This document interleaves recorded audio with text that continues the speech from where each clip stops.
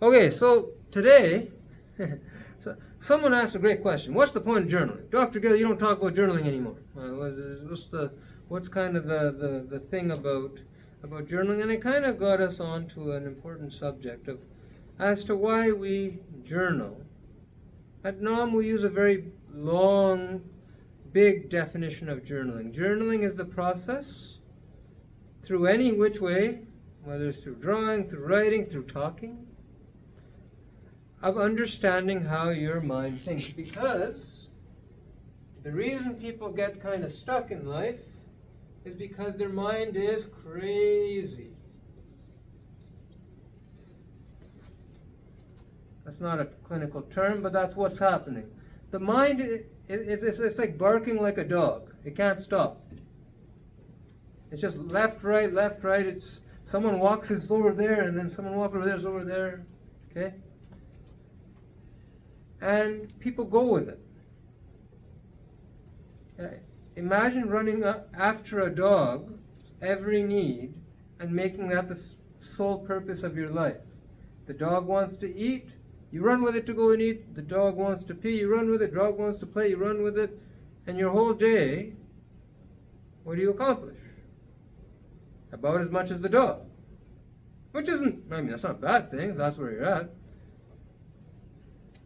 Because the thing is if the mind is crazy,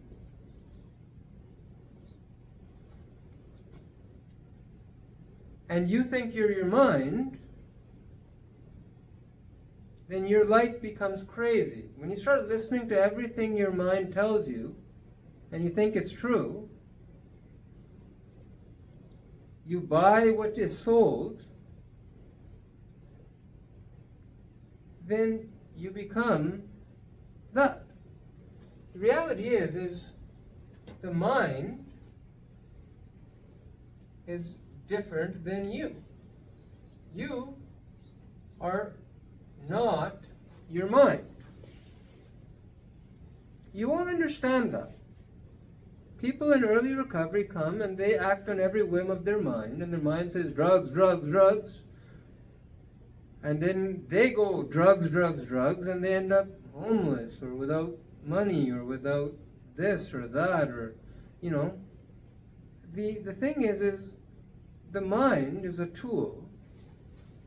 You are not your mind. The relationship between your mind is that of a master and a servant. Master, servant. Rider, horse. That's the relationship. You, mind, master, servant, rider, horse. When you understand that this is the nature of your relationship, you'll stop buying everything that it tells you. You'll stop saying everything your mind thinks. Because that's going to ruin your life. You don't say what you should, and you say what you shouldn't. It's going to ruin your life. It's going to amp up your stress. And so, you and your mind are, this is the relationship, and you need a mind. Without the mind, you won't exist in this world. You need the mind. In addiction and mental health, the mind goes a little crazy. But that doesn't mean you have to be crazy. Recovery is the process of understanding this relationship. Recovery is about understanding. The deeper you understand this, the easier your life will become. The reason you get confused, I'll explain this. When you get confused in this, you know when you get confused? You get confused about this between the ages of 0 conception actually to about, let's say, 5-7 years old. Let's say 7 years old. By the time you're 7, this relationship has been determined. Your emotional maturity has been programmed. You have what usually your parents had. By the age of 7, it's done. The book is closed. The lesson is learned. Good luck. After 11, there's not much anyone can do. What you have is what you have. You're going to have the life you're going to have. And it's going to take a lot of work to change stuff. This is why we like working with families, because we know if we can get in there between 0 and 7, life goes a lot easier for everybody. And I'll tell you how that works in a moment. But the first step to understanding this, when you are in your, 20s and 30s and 40s and 50s, 60s, right? Because that's when people come to us. First, you got to understand how crazy your mind is. And that's where journaling comes in. That's where talking comes in. Because if you just think about it, it's a house of mirrors. So by putting it on a paper and reading it, you can see, whoa. I just wrote what my mind was thinking, and it sounds like a 7-year-old, even though I'm a 50-year-old male. And that's what's running my life. Okay, that makes sense. Why my life is a mess. It's because if you live life like you're 7 and you're 50, you're going to make bad decisions. It's just the way it is. You won't understand what your mind is feeding you until you put it on a paper, until you talk. A really good one is record yourself. It's a really good way to build self-compassion too. Record yourself for like 2 minutes talking about anything, and then listen to it and make notes about how crazy it is. Over time, it'll become less crazy. Over time, you will begin to sound more rational, and you'll be able to catch the crazy. I apologize if I'm offending anyone with the word crazy, but actually, let's just call it what it is. It's kind of crazy. Right? So, journaling is important. But journaling, you can journal like audio recordings one way. Journaling with your non-dominant hand, for most people their left hand, writing with their left hand will access different parts of the brain. Different part of the brain, usually younger parts, can be accessed with writing with the left hand, or drawing pictures. It's very healthy.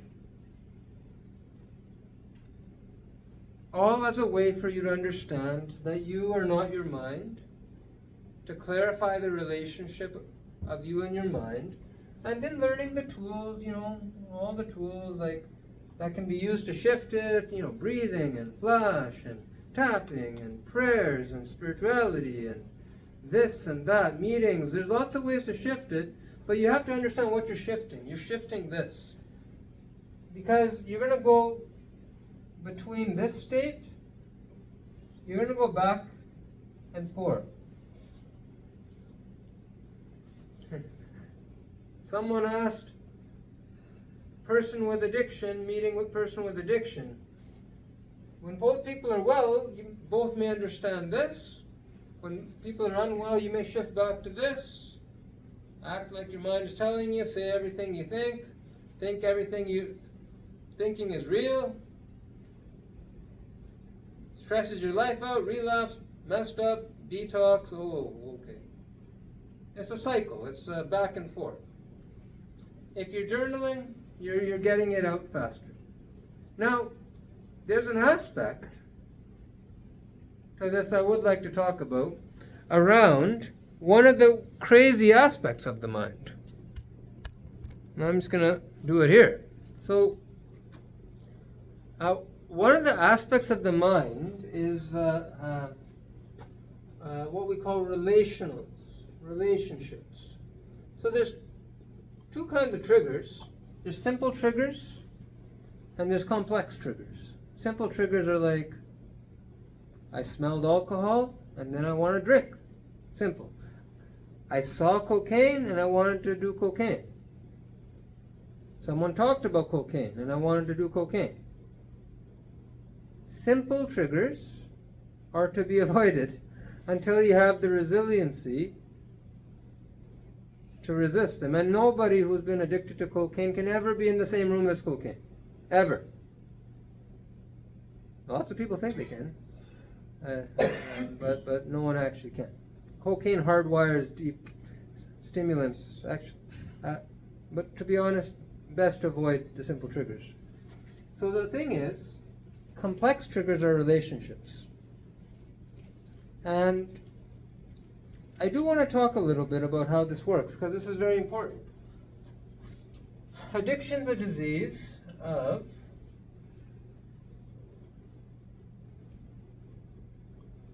Addiction is a disease of genetics and magnetics.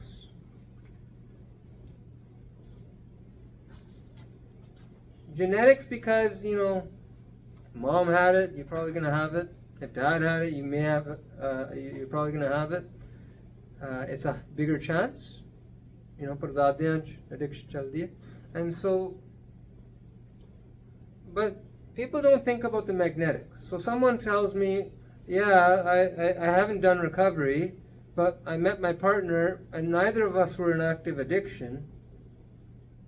And I say, okay, maybe if it's like an arranged marriage or something, like, that person totally external, no contact, two people hooked you up, and you were either strongly encouraged to get married or just forced to get married, then it's oftentimes not a magnetic thing. But if it's like, we met in a bar, we're having a good time, it was good, and then a year went on, and then we all kind of got messed up together, that's a magnetic situation. and that's a magnetic situation because it was formed through codependency. And here's how that works. I told you, between 0 and 7, we are programmed. Your template for who you find sexy is set between 0 and 7. For women, it's mostly men that look like or resemble father. For males, it's mom, or some mix of the two. That's set. People don't like me saying that, but I'm going to say it because it's true. So, and if you don't like that, I beg your forgiveness. Shop around. It's always good to get multiple opinions. From my perspective, it's true. So, and I'll explain how it works. I'm going to talk from mom's perspective. So, mom, as represented by this line, we're going to talk about development. So when mom is single, she doesn't have a baby, her mind, we're going to talk about this. So first mom is no baby. Then mom gets pregnant. All of this applies to men too, but I'm just talking about mom. Mom gets a lot pregnant. And baby's born. Make sense? Okay. So what happens to the mind? So the circle is the representation of the mind. Bacche da dimag te maan da dimag. So obviously when mom is alone, there's no other child. The mom's mind, now she's pregnant a little bit, where would you draw the circle?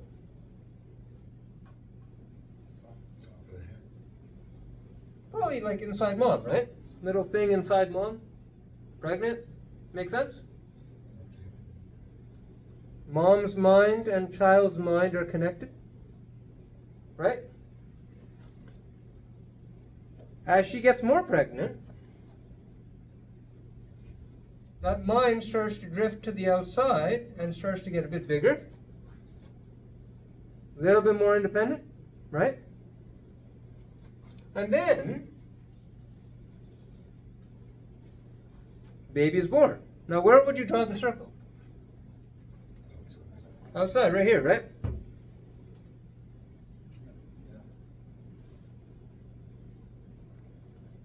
This is what most people think. But if you really think about it, reality is actually it's kind of like this. Think about a newborn. How independent are they really? They're breastfed, mostly. Their every need is looked after by mom. They're not separate. When child is crying, mom can tell from like across the house, even though the child you can't hear, right? You've seen that. Child's unhappy, the mom's hypervigilant.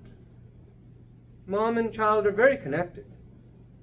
So that child, even though it's separate being, but the psychology is mostly contained in mom. So, development. So, it continues. So what happens as this kid gets older? In a healthy situation? Yeah, just more bigger and more independent. And as the kid gets older and older, it's messy for sure, right? Older, maybe this is like 7 years old, maybe this is like 3 years old, 7 years old, and just more and more independent, bigger, until at 25, which is when the maturation happens in a non-drug using, non-alcohol abusing, not including marijuana. Marijuana is the worst. Marijuana messes with your learning hardcore. It's that may not be popular to say. Everyone's like, CBD, that's gonna fix all my problems. It's not gonna fix complex PTSD or attachment issues, but people can think that. And some people are gonna swear by, and that's cool. Nor, I don't know. But in the end, you end up with this situation. Mom and child are independent but interdependent. They share a healthy bond. About 10% overlap, meaning mom and child, if mom's having a bad day, the child could be okay, right? If child's having a bad day, mom could be okay because they're only 10% overlapped. Does that make sense? They're interdependent, but connected. Meaning, if suddenly mom was gone, if mom suddenly passed away or something happened, the child would be like this. They'd lose 10%, and they'd have to grieve it. It'd hurt. But it wouldn't destroy them. They would live on. They would process. It'd be okay. This is healthy development. When we develop independence in the mind from the people and places and things around us. Now I'm going to describe to you what happens when it wasn't all good in the early days. Okay? Because ultimately it's safety. Safety is what moves you from one stage to the next. When you are safe, looked after physically, mentally, emotionally, sexually, all of the financially, when you're secure, you develop normally. Now, what happens when safety, let's say, domestic violence inside when baby's in the womb, or horrible trauma like immigration, when pregnant, really hard time, or drug abusing, or something. So, what happens is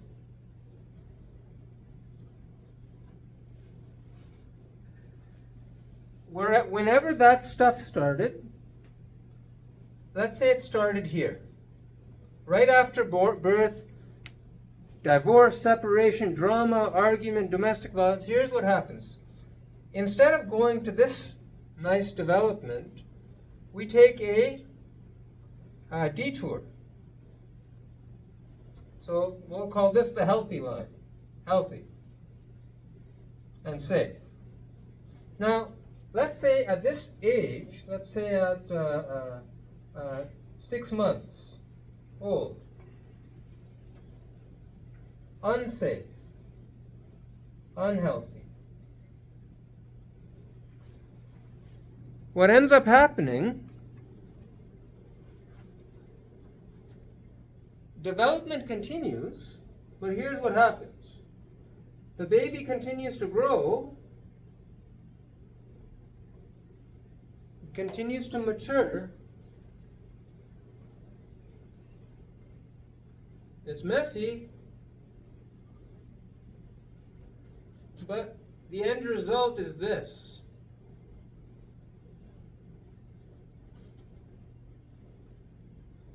The end result is there is, let's say, 70% overlap with mom's mind and child's mind.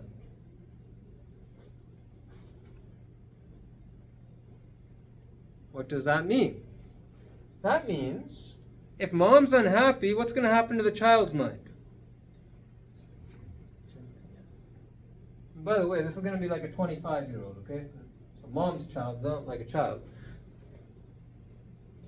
Even if you want to be happy, if mom's unhappy, what are you going to be?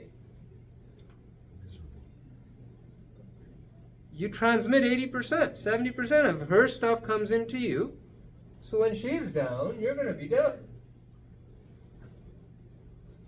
When she's up, you're going to be up. When you're down, she's going to go down. This is what we call codependency. And it's always present in addiction and mental health. So someone tells me, I was fine, we were both sober, we were both good, but unless there's been a lot of recovery on both sides, a lot of sober time, a lot of recovery, deep-seated recovery, you can't help but relate to people. So what's going to happen? This person, let's say mom dies sometime, or something happens.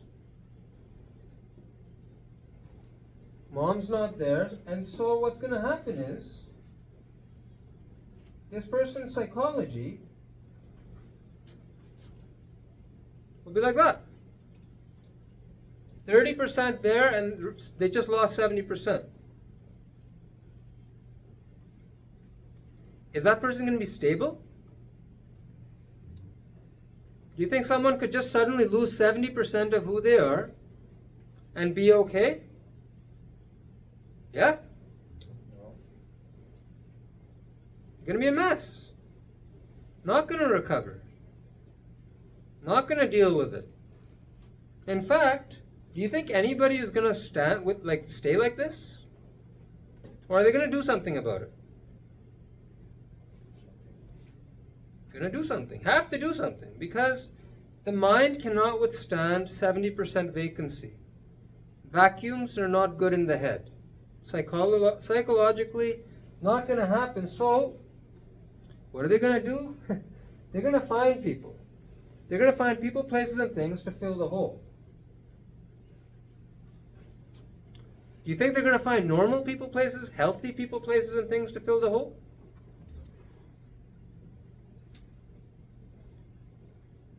The chances are low. The reason the chances are low is because you're programmed. You're programmed from the very beginning. And so you're going to find people who are similar. This kind of person is going to find someone else. I think there's a word for that. What's it called? Rebound? Have you heard of rebound? Yeah? Rebound? Good old rebound, right? Oh, I've been waiting for you my whole life. You're just the perfect person. I just can't. God must be so kind to give me exactly what I needed. And God is kind and all that, right? It's good. It's not all bad. But what I am saying is unless you've done recovery, one vacuumed person is going to find another one. They're going to make a pair. And that pair is going to look an awful lot like mom and son. Except, that's a new person in your life. So they're not obligated to you like your mom is, right? They haven't kept you like your family has. The bonds of attachment aren't that strong. And so when the times are good, when you're both happy, you're both like high, intoxicated. And when you're both not, low, crazy, messed up. And you know what young people do? They procreate. You know, happy, have sex, get pregnant. Awesome. And so we go back to more of this. So when we talk about complex intergenerational trauma, this is what it is. And it's always with codependency. Family, that's why addiction is a family disease. It's a community disease. It doesn't affect one person, it affects many. And a person will never tolerate a vacuum. They'll find many things. They'll find many things, and very quickly they'll forget who they actually are. They've never known who they are. Because who they are is just this little thing. And when you strip everything else away,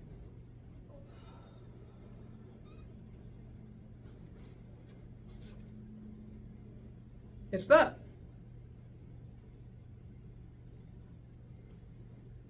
And that psychology is going to suicide. No one's going to suicide. People suicide. 80 people a week suicide. This is why they suicide. It's because circumstances, this and that, they couldn't arrange their system to support their needs. Emotionally, they weren't able to get the drugs, the people, the places, the things. And something happened and they're left with this and they can't fix it. You stay in this long enough, you start thinking about ways to end it. This is anxiety. People think it's depression that leads to suicide. Actually, it's anxiety. Anxiety is far more suicidal than depression. Because the anxiety of not knowing. So, addiction is a disease of lies. If heart attacks have the symptom of pain in your chest, oh, it hurts. Addiction is lies, manipulation, because you know what? This person is going to be a master. Their whole very life security depends on them keeping everything around. And if this thing leaves, holy crow, that person can't leave. You can't just leave me. Ah, you can't leave me. Or if they do, you gotta have backup plan. You have to get a backup plan. That's why people's lives, when they get really dysfunctional, they're manipulation. And it's all amygdala. You've heard us talk about amygdala. So when the amygdala is involved with relationships, survival is directed towards relationships between people, places, things, ideas, fantasies, right? It's all very short-sighted. It's all very reactive. And it's what 7-year-olds do. 7-year-olds in adult bodies with access to complex vocabularies, bank cards, credit cards, jobs, but still emotionally 7, will do this thing. So then, we're talking about triggers in like the therapeutic, in the healing community we have here. Yeah, because you know what? The journey, when you put a bunch of people like this who want out, they don't want this no more. They want to get better. They are good supports for each other. Because no one's going to stay like this. If there's a whole bunch of people at the drop-in center. They want nothing to do with Nam. Because we're telling them don't drink. Be sober. Forget Nam. They don't want anything to do with AA or anything. And it makes sense. If your entire existence is preserved by not feeling much, it makes sense to drink. That's why I'm not, alcohol is alcohol. It's okay. I don't have an opinion. Drink if you like. Stop if you wish. I don't tell people, do marijuana if you like. It's not my decision. Because the thing is, who am I to strip people of everything that's stabilizing them and maybe the only thing that keeps them from suicide? It's not my job. Who am I to take someone out of that horrible codependent relationship? And domestic violence is very much like addiction. Just keep going back. Keep going back. Leave, find another guy who's exactly like that. Why? Because if you don't do the healing, you leave one and you're still just like semicircle. And it won't stop until you're dead or until you recover. The developmental trauma is what fuels a ton of this stuff, and that's what we call complex relational triggers. To understand those triggers, you have to get a bird's eye view of how your mind works. So maybe I'm just lying. Maybe I'm just making this up. Maybe.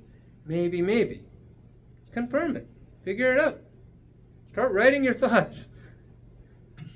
What is it that keeps me in this relationship? Oh, you know what? How does this relationship that I'm in, how does it compare to my relationship with my mom and my dad? Hey, am I doing this like shyster thing where I'm just manipulating a group of things around me so that I'm never alone? Always have something, always have a fix. Drug addicted people will always have a little bag of something hidden everywhere. That's actually the leading cause of relapse, is people who are like recovering and they just totally forgot they had a bottle stashed away over there. Oh, and it starts again. It's very benign until you die, but it's because you can't go without. So you just learn, if you're gonna save some for a rainy day, And this is why. It's because it's all to avoid this state. And the way out, because there is a way out, and the way out is recovery. Through recovery, what happens is, so let's say you're in a codependent relationship, the way you recover, and this is very important, it's the last thing we'll talk about. How do you recover from this? And the answer is, you slowly pull back from things. So let's say it's a relationship. So you're this circle together. So instead, you just move it a tiny bit. You draw a little bit of a boundary. That creates a little bit of withdrawal. Because anytime you stop doing something that was meeting a need, you're going to have withdrawal. And yes, you can withdraw from relationships. So if you don't talk to that person that was your venting, that was your go-to venting guy for 20 years, and you stop talking to him all of a sudden, and you miss that conversation on the phone and you just don't have it, that night your heart will be pumping, you start sweating. If you're codependent with your mom and you haven't engaged in that thing this day or this week, and it's your ritual, Heart pumping, sweats, cold sweats. Test it out, see if it's true. Everyone has something. Everyone has a stash, and the stash can be relationships. So, you pull back a little, but then you have to manage the withdrawal somehow. So that's why I don't tell people just stop doing drugs, because if they don't have something to manage that withdrawal, maybe that's lethal. So recovery has to go with pulling back. You can't just draw boundaries without doing some recovery work. To recover some of your own identity and become more interdependent. You can't. You have to slowly, stepwise, pull back a little, stabilize. Maybe it's, if you talk to mom every day and it's not a healthy conversation, but you have to have it, maybe having it every second day, spacing it out a little. And instead, have a conversation with a sponsor or a friend or something. If it's in a recovery house and you're like unhealthily attached to someone, these things happen. Connect to self, connect to others, commit to daily practice. We'll take this and slowly start filling it out. And what you'll find is, very naturally, you'll start putting boundaries that are healthy.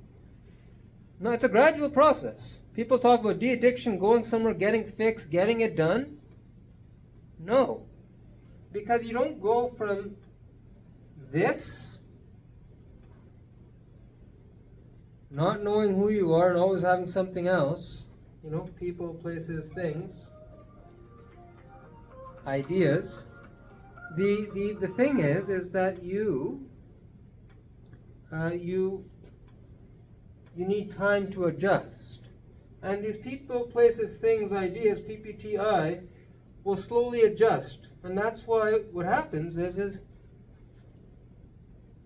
people don't want to call you anymore. But because these people are also like you. You're just one of their many fixes, right? So the thing is, as you get healthier, people will start to pull away from you. Because you're not supplying the drug. Would you go to a drug dealer that doesn't have your drug of choice? Probably not. And if like they had your stuff for 20 years and they just suddenly stop having your stuff, initially you'd be like, hey man, let's hang out, yeah. No stuff. 1 day, 2 days, 7 days. Come on, man, what's up with you?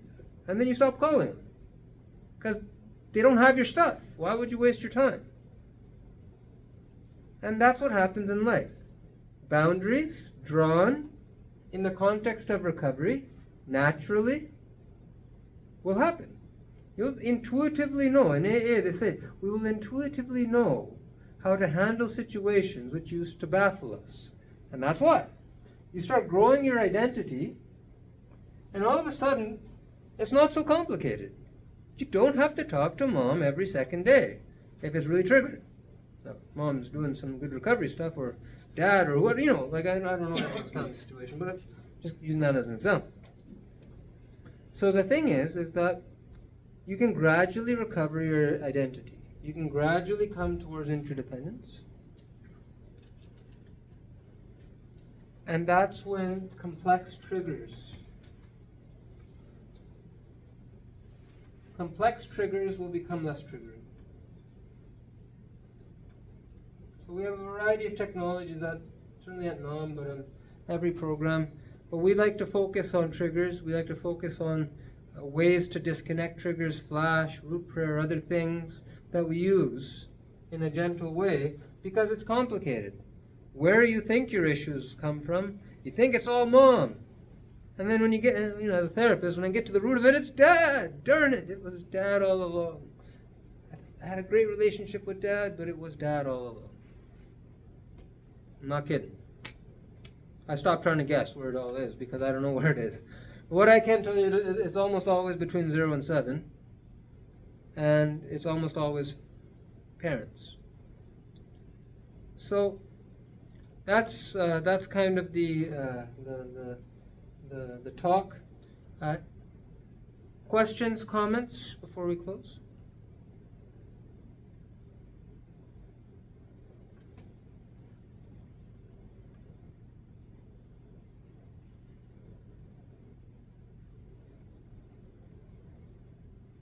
Yes. So when you say that, say it was the son and the mother, so they didn't look like they're codependent, and they would probably deny that it was, they were codependent, but they're really close. And it's true that when mom's not feeling well, my son is usually, right, he always sides with mom and always feels the exact same way she does. But he's still stuck in that. And so how do you help him get out of that? And Yeah. recognize it? The question is, you have codependent people in your life. As a person in recovery, what do you do? And I'll tell you the number one thing. So this is law, this is fact, you can consider it. But never believe anything I say, just trust your instincts. If there's an insult to safety that happens between 0 and 7,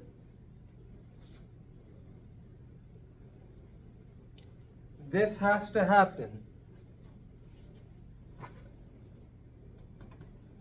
It has to develop that way. There's no option. If there's significant factors, that's why the ACE study, adverse childhood experiences, highly correlated with addiction. So, if you have one of those, let's say there's domestic violence at a young age, or let's say it's drug use or addiction in a parent, that child's going to have a journey. That journey will be their own. And there's nothing you can do to replace the fact that they're going to have a journey that you may not see the fruits of for 20 years. Now, you can shorten that journey by 20, 30 years. Instead of coming to this realization at 50, or never, because they suicide and die, or overdose and die, there's nothing more inspiring for a child than a parent in recovery. Because parents, dads, moms, doesn't matter, they're healthy, unhealthy, they have a straight line to your heart. And no matter how messy the childhood situation is, estrangement and this and that, I can tell you one fact, son or daughter always comes looking later on in life. So if there's an estrangement situation where kids are getting fed messages that are true or untrue or you don't know or whatever, right? And it's messy. The number one reality is someone who's made this effort is contagious to all other aspects of their network. Most of all to the children. So I've been at like talks where people are like, don't spend money on the addict. That was like a criminal justice thing. Support the kids. Parents are lost cause. And I say no. Because you can put 1,000 therapists and it won't make it one little bit of a difference compared to a dad who says I'm sorry and feels it. And that son will come looking one day, and that son will instead of the 30, 40 years it took you, maybe it'll take them 20 to ask the right questions. Maybe at 15 they'll be ready to get some help. They'll need help. Question is are they going to wait until they've had kids of their own and it's all messed up again? Or do they get it now? So that's the number one best thing you can do for that child, because there's no easy answer. But your recovery will transmit now and in the future. And when that child comes, if indeed mom is unstable, when that child comes, they'll know. And then that's why they come looking, is because, And if they find recovery, they'll be angry.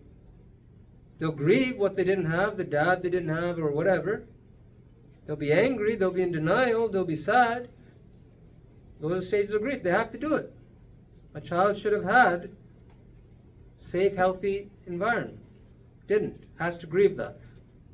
But if you're healthy, you can help them. You can be present. You can listen as opposed to reacting and giving them a guilt trip or more drama. Mom did this. And It's just people hurting people. Hurt people, heal people, heal people. Simple. Does that answer the question? Totally, yeah. It's a good question. Other questions?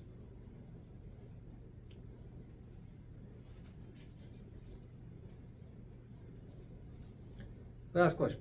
I was going to say, so if this, my son is using that, so he basically said there's nothing I can do other than what I'm doing now to help him. In AA, there's a good saying, attraction, not promotion. Yeah. Keep all your recovery material in the somewhere safe. Because you never know when, Dad, man, this sucks. You have any ideas? And you can be like, here you go. And then they'll say, how long have you had this? I've been waiting 10 years for you, son. But you had to ask. You can offer, hey, but don't push your recovery on them. It's not going to work. It'll play into the drama. So you have to just wait. But attraction is very powerful. Everybody wants a peace of mind. Why do people come to know? There's peace here. There's some peace. It's kind of like, people want that, so they come. As you build that in yourself, people will come to you. Your old network will come to you. They'll be like, I want what you got. Even if you are that healthy and safe thing that happened to them? Even if you're that unhealthy, unsafe thing? Yep. 100%, even more. The perpetrators in our lives, if they come into recovery, become our biggest support. Isn't that inspiring when, like, your worst enemy humbles himself and is now all love? It takes all that negative energy and flips it into a positive. It becomes intensely positive. So that's why recovery is the answer. Connect to self, connect to others, commit to daily practice, cultivate a presence that works, that heals, and then good things happen. Miracles happen, actually. That's the technology of recovery. Lots of hope. And so, the original question, should you journal? Yes, you should. Understand how your mind works. This is a portion of how your mind works. You won't understand it until you start writing and seeing. Don't just write and just spew. Read it. Look at it. Don't look at too much of it if it's triggering. But like, understand this is what your operating system, your software system is this. You're running on it. You're dreaming on it. You're built on this.